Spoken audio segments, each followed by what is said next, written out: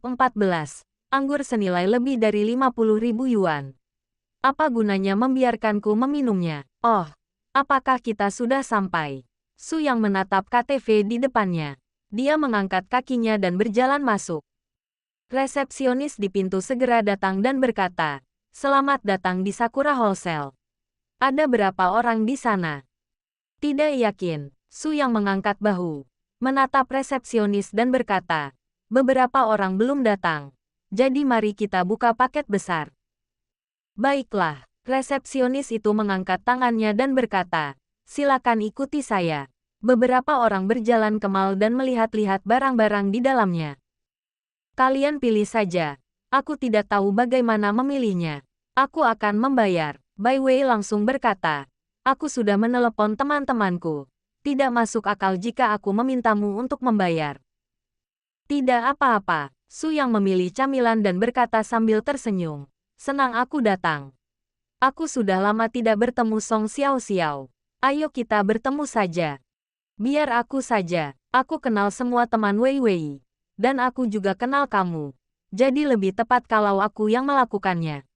Song Xiao Xiao berbisik kepada pelayan di sampingnya, "Berikan aku 10 botol air." "Tidak. Terutama karena temanku mungkin harus membawa orang bersamanya. Dan aku tidak tahu berapa banyak orang yang akan dia bawa gelombang." Bai Wei menatap keduanya tanpa daya, "Jadi aku akan ikut." "Hei, kalau begitu, aku pergi dulu gelombang." Su Yang mengambil sekantong biji melon dan melemparkannya ke dalam keranjang, mengancam Bai Wei. Oke gelombang, ayo. Ayo gelombang." Melihat Su Yang begitu tangguh, Bai Wei merasa tidak berdaya. Pertunjukan seperti itu menghabiskan biaya 18.000 yuan, yang terjangkau bagi semua orang. Alasan utamanya adalah Bai Wei tidak tahu apa pekerjaan Su Yang. Dia bertanya kepada Su Yang tetapi Su Yang tidak memberitahunya. Jadi dia tidak tahu apakah Su Yang benar-benar kaya. Lagi pula, Su Yang mengenakan pakaian TB yang murah. Jadi dia melakukannya demi Song Xiao Xiao. Dia tidak benar-benar ingin Su Yang menderita kerugian apapun. Dan dia juga harus menghibur teman-teman Song Xiao Xiao dengan baik agar bisa menghargai sahabatnya.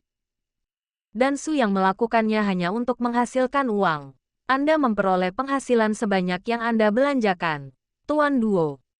Su Yang menatap anggur di depannya dengan heran. 35 per botol. "Baik, Tuan." Pelayan itu menatap Su Yang sambil tersenyum dan berkata, "Minimal konsumsi untuk sekantong besar adalah 2.888. Anda tidak perlu memesan apapun lagi. Jumlah dalam kemasan seharusnya cukup.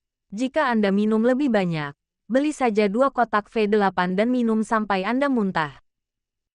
Pelayan itu tidak mencoba menjual produk terlalu banyak, tetapi malah memberikan penjelasan yang penuh perhatian. "Ya, babi hutan seperti kita tidak bisa minum bekatul yang bagus." Bai Wei juga datang, melihat anggur di tangan Su Yang dan berkata, "Aku kenal pemilik kilang anggur ini. Anggur jelek ini harganya hanya 8 yuan sebotol. Semuanya anggur lokal. Membosankan." Pelayan itu tersenyum malu dan berkata, "Maaf karena bersikap kasar. Apa yang kau lakukan di sini?" Su Yang menatap Bai Wei yang sedang memainkan botol anggur di tangannya. Ia berkata sambil tersenyum, "Hanya untuk bersenang-senang. Agar bisa memberi diriku pengalaman baru. Berikan aku 5 botol ini sehingga aku bisa merasakan seperti apa rasanya." Su Yang menyerahkan anggur di tangannya kepada pelayan, lalu terus melihat ke lemari anggur. "Tahukah kamu, alkohol di tempat ini cukup mahal. Dekorasi tokonya juga sangat mewah." Su Yang tiba-tiba berhenti dan melihat anggur di atas lemari anggur dan label harga di bawahnya. 58.888. Apakah anggur ini terbuat dari emas? Coba saya periksa apa yang terjadi. Hennessy Richard itu. Minumlah sebotol juga. Tidak juga, tidak juga. Mendengar ini, Bai Wei dan Song Xiao Xiao buru-buru meraih Su Yang yang tampak sangat bersemangat.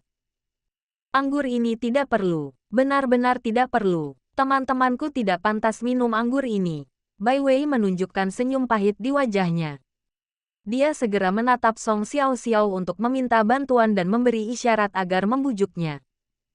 Ya, kita bisa minum saja. Su yang menatap mereka berdua dengan penuh harap. Apa kalian tidak ingin mencoba seperti apa rasa anggur ini? Ada sedikit godaan dalam nada bicaranya. Coba pikirkan.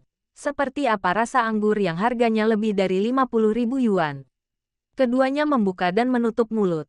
Tidak dapat berbicara sejenak. Ekspresi Bai Wei agak serius. Dia menatap Su Yang dengan serius dan berkata, apakah kamu benar-benar punya uang? Bukankah itu hanya untuk menyelamatkan muka di depan Xiao Xiao? Aku menganggapmu teman, jadi aku menasihatimu. Kenapa aku harus menyelamatkan muka? Su Yang tampak sedikit bingung. Aku tidak mencoba untuk menjemput kalian berdua. Saya tidak bermaksud pamer, saya hanya ingin melihat seperti apa benda ini. Bagaimana bisa dijual seharga 50.000 yuan? Tujuan utamanya adalah untuk memberikan pengalaman. Su Yang menjilat sudut mulutnya. Bai Wei terdiam sesaat. Dia mengatakan dia tidak begitu mengerti. Song Xiao juga tidak begitu mengerti. Meskipun apa yang dikatakan Su Yang masuk akal, dia benar-benar tidak mengerti mengapa dia menghabiskan 50.000 yuan hanya untuk melihat seperti apa anggur ini. Pelayan di sebelahnya juga mengernyitkan mulutnya. Sial, sok banget. Tindakan berpura-pura keren ini jelas dan elegan. Tidak klise. 6. Dia telah bekerja sebagai pelayan di sini selama beberapa waktu dan telah melihat banyak pria bertingkah keren di depan wanita. Tapi jujur saja, saya merasa kesal setelah melihatnya terlalu sering. Tapi ketika sesuatu seperti ini tiba-tiba muncul, itu benar-benar unik.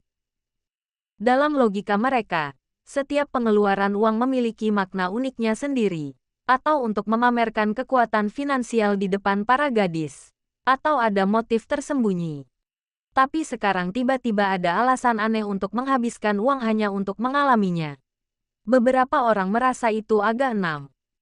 Apakah rasa Louis ke-13 sama dengan Hennessy? Su Yang menatap pelayan di sampingnya. Pelayan itu menunjukkan senyum canggung di wajahnya. Saya juga tidak punya kesempatan untuk mengalaminya. Kalau begitu berikan aku sebotol juga. Datanglah nanti dan minumlah dan cobalah. Su Yang mengangkat alisnya ke arah pelayan sambil tersenyum. Oke. Terima kasih. Pelayan itu melihat sekeliling dan terbatuk. Yah, akan ada beberapa kerugian di toko kami. Jadi Anda bisa memesan lebih sedikit anggur. Saya akan berbicara dengan manajer nanti. Su Yang mengangguk. Oke, simpanlah bila Anda mampu dan belanjakan bila Anda mampu. Dia tidak bisa membuang-buang uang. Jadi karena dia diberi anggur sebagai hadiah, tentu saja dia tidak keberatan. Kapan kedua anggur ini akan dikirim? Pelayan itu memandang Su Yang dan meminta pendapatnya. Kirim saja langsung. Su Yang sedikit bingung. Begini, melihat Su Yang sedikit bingung, pelayan itu pun mengerti. Su Yang tidak sering datang ke tempat-tempat seperti ini. Dan dia mungkin tidak tahu bahwa setelah memesan minuman ini, sekelompok orang akan membawakannya kepadanya dengan papan nama yang menyala. Itu juga upacara pamer. Kalau tidak siapa yang akan membeli anggurnya. Ada sesi pengantaran wine di pesta koktail ini, yang hanya untuk pamer. Kapan temanmu akan datang? Pelayan itu pun menjelaskannya secara langsung. Karena Su Yang tampaknya bukan orang yang sangat perhitungan, dia menjadi lebih berani. Itu tidak perlu, aku tidak suka ini. Su Yang menggelengkan kepalanya. Dia merasa ini adalah eksekusi publik. Agak canggung bagi sekelompok orang untuk menyampaikan sesuatu dengan tanda-tanda cahaya. Pada saat ini, tidak jauh dari situ, dua wanita berdiri di sudut, agak meragukan kehidupan mereka. Bai Wei menyentuh dagunya dengan satu tangan, menutup mulutnya, dan bertanya dengan sedikit keraguan dalam hidupnya, orang macam apa teman sekelasmu? Apakah dia begitu liar? Dia menghabiskan puluhan ribu dolar hanya untuk mencicipi rasa anggur ini. Aku juga tidak tahu. Song Xiao juga sedikit bingung. Saya sangat bingung. Saya tidak begitu mengenal Su Yang saat saya masih sekolah. Mungkin hanya seorang kenalan. Saat itu, Su Yang sama saja seperti siswa lainnya. Dia hanya orang biasa tanpa ciri-ciri khusus. Tiba-tiba saya mengalami hal ini hari ini. Dan kemudian tanpa alasan yang jelas dia datang ke toko saya dan membeli pakaian senilai puluhan ribu dolar.